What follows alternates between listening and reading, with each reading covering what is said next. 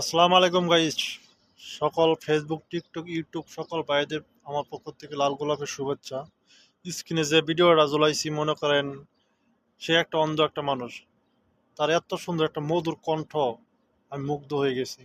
ভিডিওটা আপনার বেশি বেশি শেয়ার করে দিবেন যাতে এই অন্ধ লোকটা ওয়াজটা শুনে হাজার হাজার মানুষ যাতে তার পাশে যেয়ে দাঁড়ায়।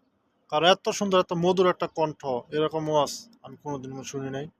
একজন হবু মনে করেন মদিনা শরীফের তেলাওয়াত। যাই হোক, সবাই ভালো থাকেন। যদি পারেন ভিডিওটা একটু বেশি বেশি শেয়ার করে দিবেন। সবাই ভালো থাকবেন। আসসালামু আলাইকুম।